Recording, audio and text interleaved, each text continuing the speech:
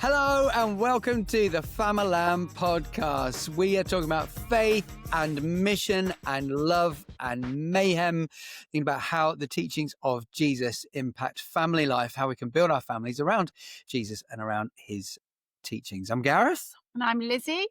I'm Daisy. Lucy. And Toby. We are the Robinson family, hoping that these podcasts encourage you in family life.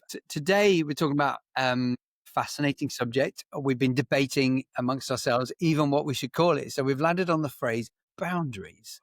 And maybe we'll get to other things that we could have called it in a little while. To be really honest, let's be honest. Discipline, boundaries, whatever we're calling it. Lucy Robinson is the main child involved. Daisy, that is not true.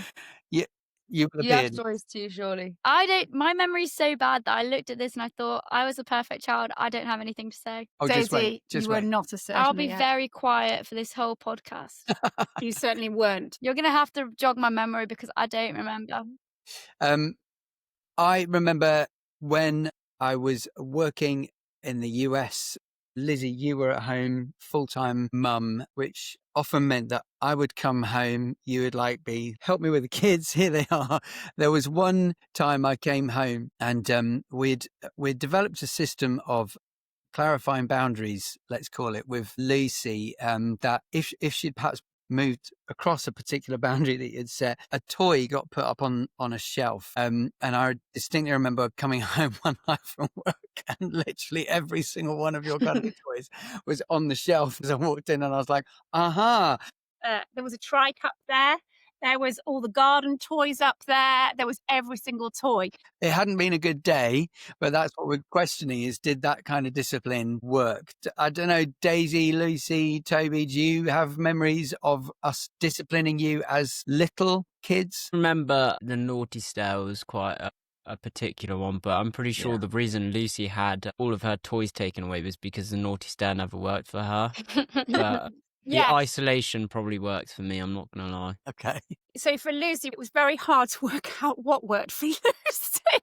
Because when I had every single toy up there, it was in the hope that Lucy would still be somehow working with me on this issue. But then the next toy had to go up, then the next toy had to go up, and then the trike in the garden had to go up, then the paddling pool had to go up. Exaggerating there. But Lucy, when we did put her, and I know, I don't know whether you were meant to call it the naughty step or you're meant to say that now, but back in the day, we had the naughty step, and for you, Daisy, and for you, Toby, it worked. But Lucy, when she went on it, fell asleep. She great nap time. Loved it. She was just having her time out in it and dreaming and it's an introvert dream. Yeah, but the naughty shelf didn't work, and I'm trying to work out what worked with this. Why are you saying it didn't work? It did. Did it work? Yeah. Eventually, by the 60th toy. Yeah, well, that's the point, is to try and reinforce boundaries, isn't it? And to try to help you understand that what you were doing was going across a boundary. And I think your persistence with taking those toys, putting them up there, did clarify, actually, Lucy, this is not behaviour that's acceptable at this time. Do you ever remember what Lucy did? Like, why she got toys taken off? Oh, gosh. Good question. I mean, obviously, there's different stages, different times of your life where we approach different challenges. I can't remember that particular day when everything went on the shelf, but actually just thinking about it, your little soft toy Frogget, is that what you call it? Froggy. You loved him. And so if that was taken away from you, that was it. That was it. But I don't know, maybe it was a particularly hard day because he was up there on the shelf. I do remember that. Separation anxiety. But that particular day, I don't know what Lucy had done wrong. Actually, something else, I was mortified, and this is a very funny story. When we lived with Ian and Nad and Ian were moving from the vicarage, and the removal men removed the table from the house and turned it upside down. And Lucy's name was on it. And she'd not just penned it in, she'd engraved Lucy and then put a heart on. or something. I've got it somewhere. Maybe we'll stick that up on the Just my creative juices just needed to be poured out. But I was mortified. Like, you obviously were so cross with me. You were sitting underneath the table or something because I told you off and then just defeated on this table. I think I do clearly remember. I think I low-key had anger issues. I don't know if you guys remember this, but I used to like. Oh, I remember. I used to get really, really angry. So I'd like hold my fist and I'd like cause my like nails to like embed in my hand. I swear you used to bite me. Oh! And then I remember biting Toby a few times. I remember there was one story, there was a boy at school who really annoys me. And so like I scratched him, and bless him, he still has the scar to this day. Love you, Charlie, if you're listening. So yeah. Do you remember what that anger was from, Lucy? Do you remember why? I honestly don't know how it like fixed, because one day I just woke up and it was gone. But I think it was frustration of like, I think I was definitely an attention seeker. And I Still think are. also, like, if things didn't go my way, I remember getting very frustrated, or like being told no. I hated being told no. So I think that just really angered me. Or if I thought I was in the right, I would get so annoyed. I feel like every kid will remember this, is like your parents telling you off and then they send you upstairs or whatever. And like, yeah, then like as you go upstairs, you're like swearing and you're like, and you like pretend scream and you like pretend square. I remember doing that so many times. And like we weren't allowed to slam doors. So I remember like pretending to slam the door. Would you like punch walls and stuff? That's what I did. Yeah, I know. I'd punch my pillow. Yeah. Okay, my pillow scream. Yeah, that's a classic. Right, so The most trivial thing. It would have been like mum told you to do the washing up. You're like, My life is so unfair. Yeah. But you But grit, no, I actually, love all washing three up. of you, all three of you would grit your teeth. So you all did that. You used to Oh yeah. grit, but Lucy, you were probably the biggest gritter, and you were a pincher too. So Yeah. Oh, I remember that. We've Love got this- pinching Toby. when Toby came along, we've got a hilarious photo where I thought you were dearly holding hands when Toby was born. So you both came to see your baby brother, and then this photo was taken, and I was so just, oh, don't they love each other? And then the photo came back and it was of you pulling Toby's finger It's true. back. And this poor baby who's arrived in the world meeting his sisters for the first time is having his little finger pulled back, and I was mortified. Wow.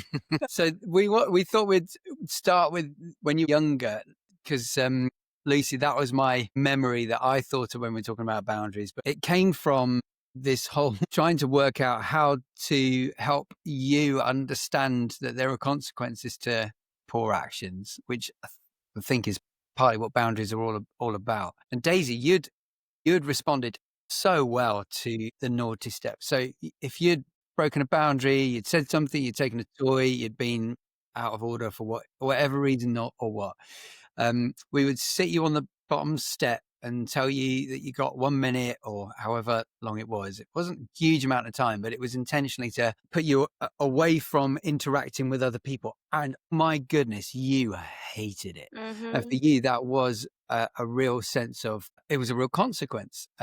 Whereas Lucy, I do remember the time when we found you asleep on the naughty step. You were just loving every minute of it. And we were like, oh my goodness, what do we do? Because Daisy, crazy extrovert, loves being around people. The idea of taking her apart from people so that you understood there are consequences to something if you do.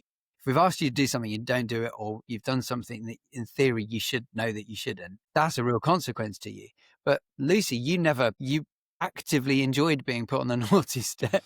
So we were like, well, what in the world can we do? Which is when I think, Lizzy, you came up with the idea, well, maybe instead of taking time away from people, we take some of the things that you really love, your toys, and we would put one up and it would be on the shelf. And at the end of the day, we'd give them all back. But it was some way of trying to help you realize that there's a negative consequence to you for what it is that you've chosen to do, because it's not okay. And there's some way that we've got to try and help you learn about that. Yeah. And I think it's really interesting, because I would say we would have it for a time. There's this article that says it really, really well. It was in the Daily Telegraph, and we can pop a link in. Title says, more and more parents are sending timeouts for the naughty corner for good. Really, the article is talking about her message being discipline doesn't need to come at the cost of connection. You can hold the boundary and hold your child. And I think that's really interesting because there could be quite a lot of negativity towards the timeout question. But with all of our boundaries that we put in place with you, we really made sure we had the connection with you guys. So even with the different ages, whatever that boundary was, we really tried hard to communicate the why, communicate what it was that you'd done, and also ask you what and how you felt about it in helping you see the consequences of it, but also how it impacted other people in the house who were living there, impacting your sisters and brother or myself and Gareth. And so that we really tried hard. But did you feel that, Daisy? You've got your hand up. I do remember, I think this started at the age of like 7 or 8 when you started realizing that like consequences, you had to discuss the wrong that you'd done. Because when you're little, you kind of just get told no, like you get on the naughty step and you're like, oh, here I am. Why the heck have I been doing this? I also don't know why we didn't just leave the naughty step. Like part of me is like, if I hated it so much, why didn't I just, like I knew that the consequence, I'd done something wrong to gain the consequence. So clearly you'd communicated well enough that I was in the wrong because I was upset about being on the naughty step, but I didn't leave. So the communication is still important. And you wouldn't just say you need to go on the naughty step, off you go, like you've done your time now. You definitely would talk through with us why we did something wrong. And I think that was important because then next time we knew there would be a consequence if we had done the same thing. Yes. But I was going to say, I remember dreading, if I knew that I'd done something wrong that day, or I knew that I had done something wrong at school, dreading the car journey home because you were trapped in that car. And I remember still, this has gone from 0 to 23 now, of when you're in the car with mum and dad. Oh my gosh, they will be like, so why did you do that? So what do you think about that situation, Daisy? What do you think about that conversation you had with your friend that you don't think you did very well? Oh, it would be awful. And I remember like avoiding going in the car or like avoiding a walk with mum and dad because I knew that they would like discuss this thing. But that's more about teenagers. So I don't know if Lucy or Tobes has something about being younger and that communication. Do you recall being disciplined when you were little, Toby? I remember when we were living, so we had to live temporarily with Ian and Nad Parkinson when we first got back from the States. And the bottom step became renamed Toby Step. I don't know if you remember that. But have you got any recollection of what it was like? Because you were 3 at the time. So do you remember what it was like? Or not really, no, sadly. Probably like jail time, to be honest. Wow. I mean, I think you all pushed the boundaries in your different personalities. And I do think personality takes place in this too, doesn't 100%. it? As well as age. But with you, Toby, you did push boundaries. And in some ways that was you trying to express yourself. And I suppose the listening was really, really important. I think it's even more important as a teenager. But for children, it's interesting. I was talking to a friend who's a teacher, and those who aren't helped with boundaries at the beginning, especially in the home with the parent or the carer, whoever they're with, it makes it a particularly hard and difficult job for a teacher if you don't know the yes and the no, right from wrong.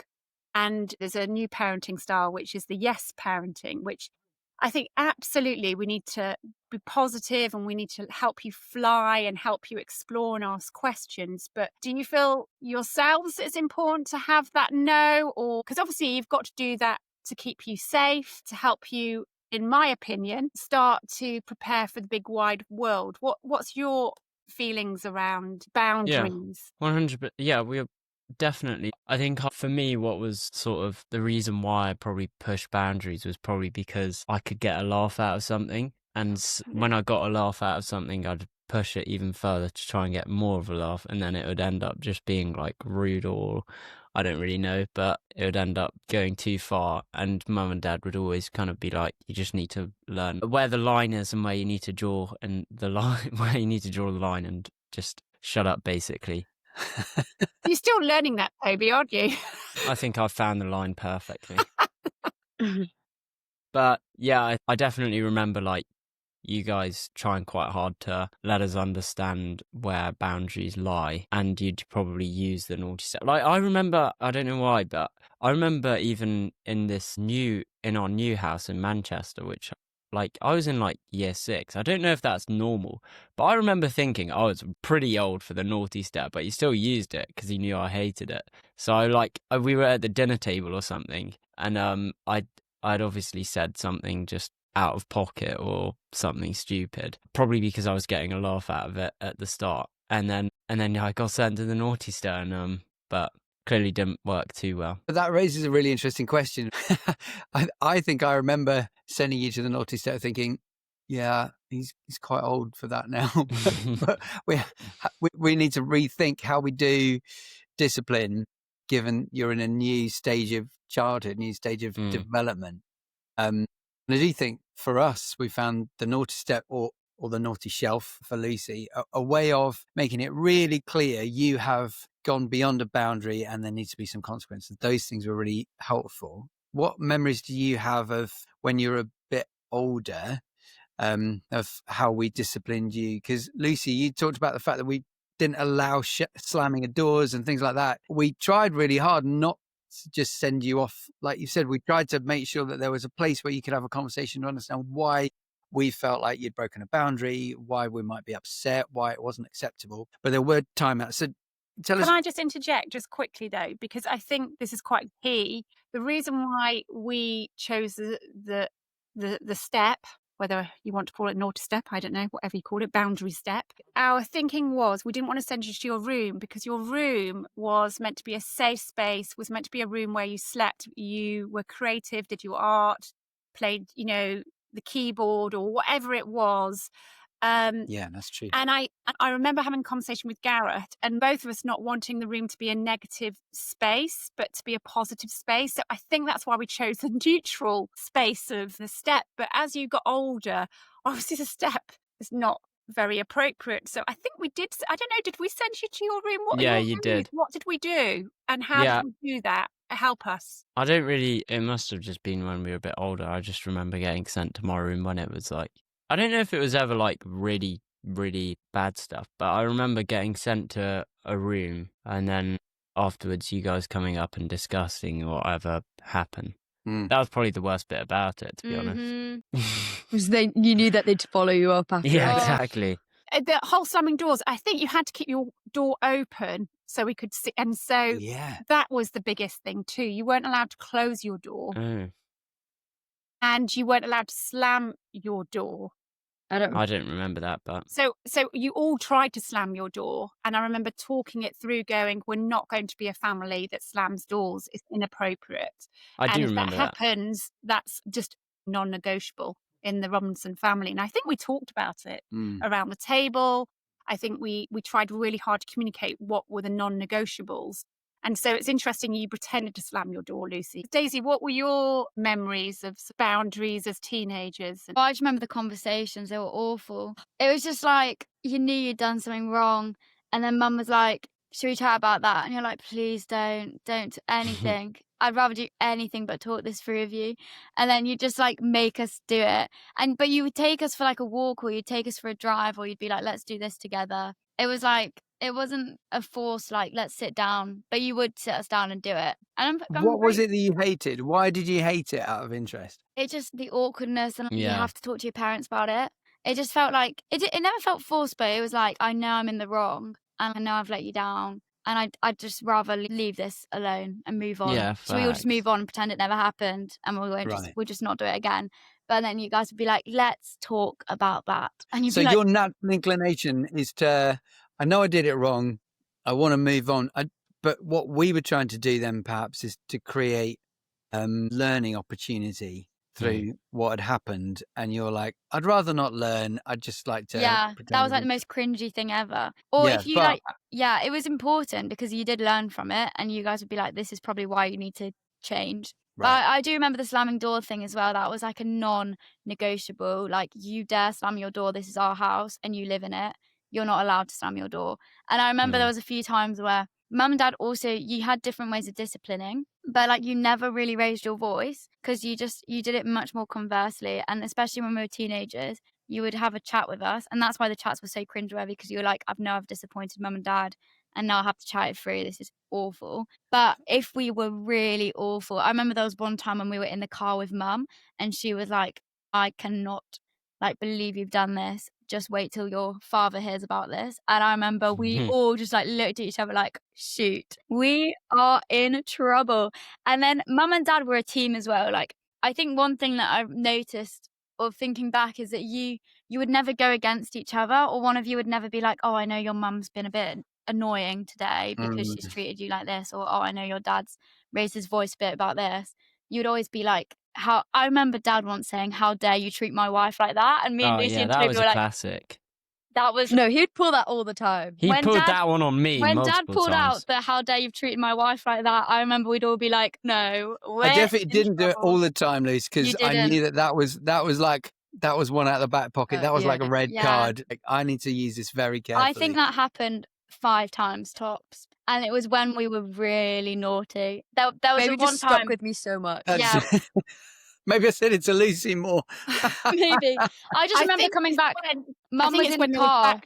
Yeah, and we were being really annoying to mum, and I think we were annoying each other, and mum was like, guys, I'm trying to concentrate, I'm gonna crash if you don't stop misbehaving. And then mum was like, I'm so angry, like you got annoyed at us because we weren't listening to you. And then we got home and dad found out about it, and you both were like, this is not acceptable. I'm laughing because I'm remembering the photo of stickers on Toby's face when he was stuck in the car seat. Did that have anything to do with that? No, that was years before. She's talking about teenage life. That was 10 years earlier, Dad. There was quite a few car journeys that Mum had to deal with us being naughty in. Yeah, single mama's dad was leading worship and travelling up and down those roads. Yeah, you were terrible. But yeah, we have got this photo of Toby with loads and loads poor boys strapped in, and Lucy and Daisy were bored and just stuck all these stickers all over. Not on their books, but on Toby. Poor boy. Poor boy. It's a creative outlet. Bloke. So, Lucy, go on. You're the introvert.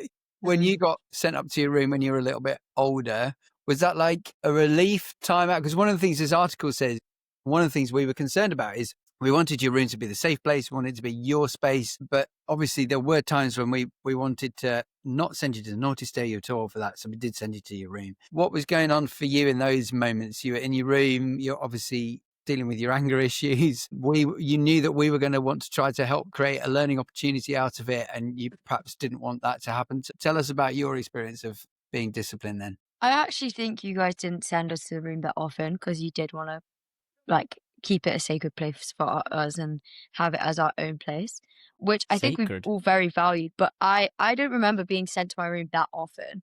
I think the times of me like screaming and pretending to like slam doors was definitely more like when I was like probably between 10 and 14, I think. And then once I hit like 14 and stuff, like I don't know, I feel like it no longer became, oh, I'm angry about. I also think my anger issues just randomly disappeared one day. I don't know what happened. I'm not really an angry person anymore. I always make a joke that I used up all my anger when I was younger. So I just don't get angry. Yeah, like after that had subsided, it then became a thing of, oh, I've disappointed you guys. That hit even more. And that was the point where I guess we all started taking our own faith a bit more seriously, and we were able to start recognizing, okay, who do we want to be as people of God, and like if we want to take this seriously. So I think that played a part, and it was no longer a thing of I'm angry because I'm getting told off. It became, oh my gosh, I'm disappointed in myself. I'm disappointed because mum and dad are disappointed. I'm disappointed because God's probably disappointed with me. And I remember the timeout was like more like reflection time for me. It worked quite well after I'd calmed down if I was angry. But when I got older, obviously, I think I didn't really get sent to my room. It was never like, you said that you need to go to your room. It was never that. It was, for me, it was more boundaries with like parties and stuff. And you guys would be like, you're not allowed. You have to be back home from the club by like 12. Having a mum with insomnia means you cannot stay out. Like my friends would be like, Lucy, they won't notice. Just stay out a couple more hours. And I was like, you don't know my mother. She is wide awake right now, and she will know exactly when I get home. So there's no way I'm even going to try it. That wasn't an insomnia thing. That's just because mum didn't go to sleep until you got home. I wouldn't go to sleep till any of you got Mum home. told me the other week that she Okay. was, and whilst it was freshest, she was I watching me know. cycle around London. I know. Oh, she told me that. I said, Mum, that's My psychotic. gosh. I was like, That's what? Oh my gosh, scary. I know. That's terrible. thing is- Everybody, the every thing is- parent's terrible. Find my child on your app. Find my You child. see where they are. Check on them. It's Mum's awful. renamed the app. I It's wake when- up at 4 a.m. Oh, where's Toby? Oh my goodness, he's cycling through central London. My goodness, Lord, please be with him. But I think like part of that is like I don't actually like when you told me that it's not like I cared because I know that like you trust me Yeah. as well as you're not going to bother us about it. Although, Well, Toby, hopefully, I haven't gone and said, "Oh, Toby, mean, that's terrible behaviour." I mean, it was weird, but I do know remember- it's weird, but it's not me saying, "Oh, you've got to be back at a certain time." You've Yeah. flown the nest. I suppose more it's because I'm very sad, and I just thought, "Oh, I miss Toby." Love. I just want to see where he is, and maybe I've woken up at 4 a.m. Oh, I just wonder how Toby's doing. I like seeing you all in your little places. I just think, oh, they're all in bed. Oh, Toby's not in bed. That's a bit concerning. Hope he's okay. And I send a little prayer, arrow prayer. Yeah. Daisy was going to say something. Daisy, Oh no, I sorry. was just going to say, I do remember when you bought us all air tags last Christmas, thinking, no way are you having my location. And then somehow you convinced me to share it with you. And sometimes I do think, why? And you convinced me it's for safety, but I think it's more for your own. No, the Yeah, AirTag's all actually right. really helpful for me, like not leaving my keys. So I'm Yeah, very grateful. facts. Yeah, it's So, actually like, great for us, but yeah, I think it might be for your. Confession time. Hey, parents, Yeah. those who've empty nested, what do you do? Anyway, that's another podcast. I wanted to go back quickly to Mum. You asked the question about like, oh, do you think there's a need for discipline and boundaries? And I feel like we didn't really answer it. But to go all the way back, I think I just wanted to add, I think once you go older, you become more aware of the discipline and what you put in place actually as that learning curve. And we wouldn't be who we were today without that. And although it might seem like the worst thing in the world when you're 12 and you're getting shouted at, or you guys never really raised your voice, or just talk to, for example, or whatever. You hate it at that point in time, but when you look in retrospect, you're actually like, that's made me who I am. And I think there's such an importance of saying no. I think working in the hospital, I've seen loads of different parenting styles, and it's often the kids who don't know the word no are absolutely horrendous to work with. And it's not really their own fault. It's kind of the parents because they haven't enforced the word no. And so actually they think everything and anything can be theirs and that it's all at their disposal. And even in the Bible, like, I guess conviction also comes and it's a part of discipline, as part of the boundary stuff. Jesus and like God, he does that because he's a kind God and that's how he acts as a father. It's a loving act. To convict is to learn and to convict is to make better. And I guess that's what our whole plan is to, we strive to be like Jesus. And so I think actually if that's been put in place by God to convict, to make us better, how much more should we do it as parents as well? I think there's also power in the word conviction rather than discipline. Conviction is a way of it's an explaining why something's wrong. It's not just leaving it as you're doing wrong, go have a consequence, but this is why you've done something wrong. And actually, how can we strive to do better and be a better person? Yeah. And it says, that reminds me of Hebrews 12. When I've been through tricky or difficult times, Hebrews 12 has always found very helpful. It's 12 verse 7 says, endure hardship as discipline, for God disciplines those he loves. And then goes on to explain, every father or mother disciplines their children. God's disciplining you because he loves you. So that whole thing of, I'm going through a hard time, okay, how can that do its work on me then? And then verse 11 says, no discipline seems pleasant at the time, but painful. And I'm like, yeah, this is horrendous. I don't want to go through this time at all. And this is later on, however, it produces a harvest of righteousness and peace for those who've been trained by it. And that's the whole point. If we can endure hardship as a period of training, and use those disciplines, those good disciplines. I'm not talking about spiritual disciplines today, but maybe that would be an interesting way of reflecting on this too. We're building in good disciplines to learn and grow, and that produces righteousness, right relationships, right decisions, right choices, and peace. And that's the aim, that's the goal of discipline. But it's interesting, you noted before we started recording, Lucy, that why we're scared of using the word discipline, because it's right there in scripture. Actually, it's really good to be able to say no. I think it's in the letter to Titus, Paul says it's the grace of God that teaches us to say no to ungodliness. And it's actually a grace, it's a gift to learn the skill of being able to say no. And part of this article, it talks about helping your child to self-regulate. But the only way you can do that is by being self-regulated yourself. Like, some of the times that we put you on the naughty step was as much to give us a break as it was for you, because we felt really angry and wanted to shout. So the best thing to do is do a little break. You get some time, we get some time. Let's come back to this, because there needs to be a learning opportunity right here, because you're doing my head in and you're not listening, or you're being very defiant and I'm going to get angry. So let's break so that we're not using anger to process things. We're using actually what's happened. And because it's so important, I think, as parents, that we don't project our own baggage or our own frustration, because when you're in the moment, and you guys one day, maybe if you become parents, will see that, because you're so, sometimes you get so wound up. But if you've had a bad day, that's even more exasperated, or if you've got your own baggage from your own family or childhood. So it's really important. And the bit of the article, so what can parents try instead of go to your room? Time yourself out and take a short break. So if your child is escalating and you need a break, then it's okay to time yourself out. And I do think that's really important, isn't it?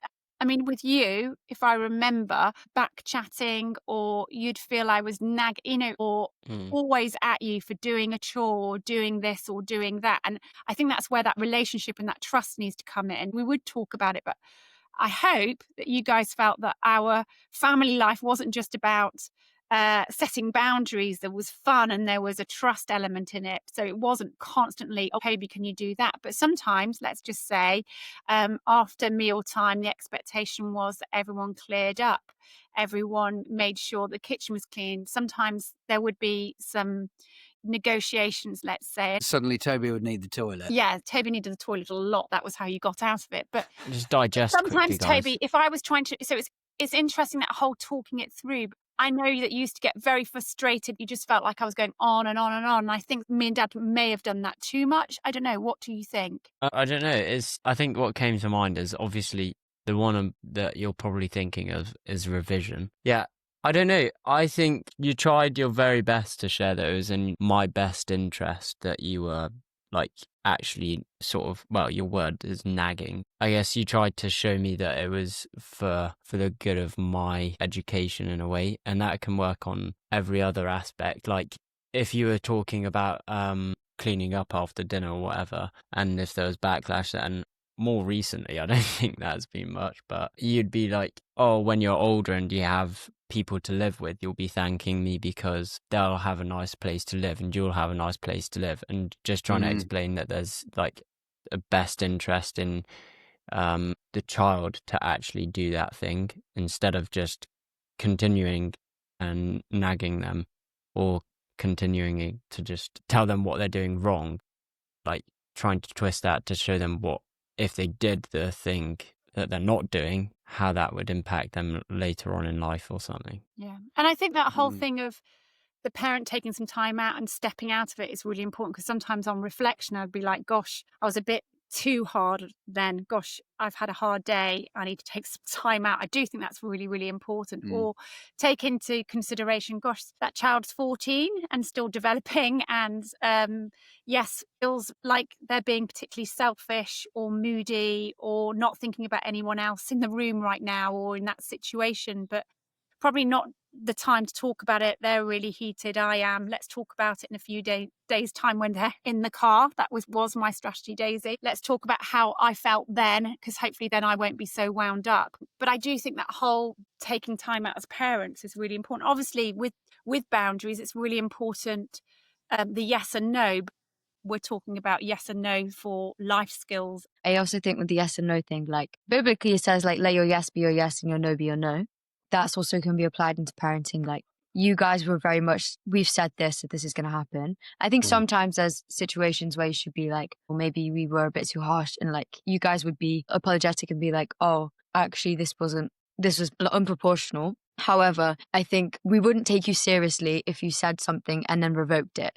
And then, or for example, you would say, no for one thing and then say we did it again and you didn't say anything, then it's like, oh, I can get away with it. If you're saying something, go with it. Say you're not allowed to go to that party because you've done this, and then you're like, I'll let them go to the party. Actually, you're then allowing that behavior to continue. So we probably can't go into it, but just wanted to put that in there as well. That's helpful, because it sounds like consistency is an important thing. It sounds like trying to be age appropriate in helping you understand why is important. Sounds like as parents, you're looking after your own emotions and not reacting out of anger, but trying to respond in a way that's helpful for the child, which I know for a fact that I didn't get that right all the time, because it's way easier said than done. I was reflecting on Daniel Goleman's book, Emotional Intelligence, and our base reaction to things as an emotion is anger. And the whole point, going back to the stuff we were talking about with child development with Roger Bretherton, like the prefrontal cortex, that what you're meant to do as a parent, we have greater skills, like Mum was saying. We're the ones in theory who should be able to help you with the skills of how to process what's going on, rather than expect you to do that. So it's on us to try and walk that through with you. Those are really helpful points. Yeah. And I think also as a parent, willing to say sorry when you've got it wrong, willing to be bamboo, flexible, like we talked in the first podcast. I do think being bamboo in parenting is really, really key in it. And also saying sorry. I remember Daisy, us traveling to a party and we were really late, and bless you, were so excited about it. It was like pony trekking somewhere, and it was really late, and I was late. I was trying to cram everything in. I had a church meeting, and bless you, I think you were only like 13 or something, and you were giving me directions, and we got terribly lost. No, the sat-nav went wrong. The sat-nav went wrong, and we went half an hour out of where we were meant to be, so I was even later. So you actually missed the pony trekking. It was just a disaster. You got to the bit where the cake and the happy birthday was sung, and then I had to take you home. But I was really out of order, because I think I actually did the F-bomb. It was awful. It was like my worst parenting moment. I ended up crying on you, and I ended up saying sorry, and I was just mortified. And I remember coming to this meeting, and most of our team were young adults, and they wouldn't have a clue, but I must have looked white as a sheet, because I was just like, I have just been the worst parent to Daisy, because I was just projecting all my stuff on you, on the meeting, on how awful it was. Sorry, Dave. It was me. And I hope you know that my only recollection of that was obviously missing the party. But actually, the whole time being lost was you had this worship song on, and it's my favourite worship song, Lover of My Soul, Hillsong Worship. And we sang it to the top of our voices, and that's my only memory of it. I loved it. Okay, so I'm mixing two stories. Actually, Daisy will I do remember Mum getting very angry. Oh, really? Yeah, there's two stories. But no. But I only did one. Can I just say, to clarify, it was only one F-bomb. But okay, everybody the on F-bomb didn't happen with me. I was going to say, it didn't happen with Lucy. Actually, Lucy, I was quite holy and quite, you're great. Singing worship songs. And I did really well. But I obviously learned from Daisy. But Daisy, it was another party, got you there late, failed miserably. I think I got blamed for the directions. Yes, you did. You did. And I felt awful. We had to stop the car, and we had to hug each other. And then I went to this meeting, and it was absolute disaster. But a few days later, I remember crying on Daisy. If anyone says, what was your worst parenting moment? It wasn't with you, Lucy. It was with Daisy. I was going to say, I don't remember half of this. That was it. We got lost terribly, Lucy, on that. It was because it's the pony tracking. I was like, I swear that was me. Yeah, it was you, and you missed it, and you were very, very gracious, and I apologise. But we were singing worship songs. We were on a roll. Yes, I remember worship music with us. Let's just say, with Daisy, there were no worship songs. It was an absolute disaster. But poor Dad, he had to pray with me, and I was like, Lord, I'm really sorry. I can't believe I swore in front of my child. I'm the worst parent, and it was awful. But actually, Daisy, I don't know if you remember, but I chose to journey that with you and say to you that I'd really messed up. I think I kept saying sorry for about 6 months later. But I do think it's really important we say sorry. And also, as parents, we'll make mistakes. And I made a really big mistake with you, Daisy, in that I was totally projecting on you. But you're only human, right? Like, I'm sure if I have kids, I'll be the same. Yeah. Shall we do highs and lows? Lucy, what was your high and low? It's been a fun week. My high was Renaissance conference and the Send yesterday. Seeing you guys, that was really, really fun. Low. Oh gosh, what's my low? It was probably just being really cold. I feel like I haven't been dressing for the weather. So yeah, that's my own fault. But On you. it's Quite on an easy me. later. But it's a lazy low. But it's been a great week. So I choose Daisy. Oh, my high was going to Hampstead. I think I've learnt the best place in London to go to. My low is my landlord.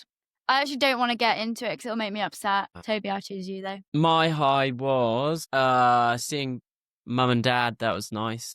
Getting free food as per. Got a new head torch, which is pretty funky. Pretty gassed with that. Oh, my other high was the sun last night. That was good fun. And seeing my sister. Sorry, Luce. Do you want to say that as your high or not? Thanks. No? All right, okay, calm. And then yesterday. No, you Daisy weren't wasn't at the Stend, stand. were you? Yeah, but you saw me last. You didn't say, Yeah, but I've Daisy. already. Oh, She's gonna get there. I She's gonna get also there. got you free food. My other high was seeing Daisy at Hampstead. Thank you. My low was the flipping journey I took to flipping Hampstead. Oh yeah, Great I won't background. go into that. That was disaster. Miscommunication. Who'd you choose? You.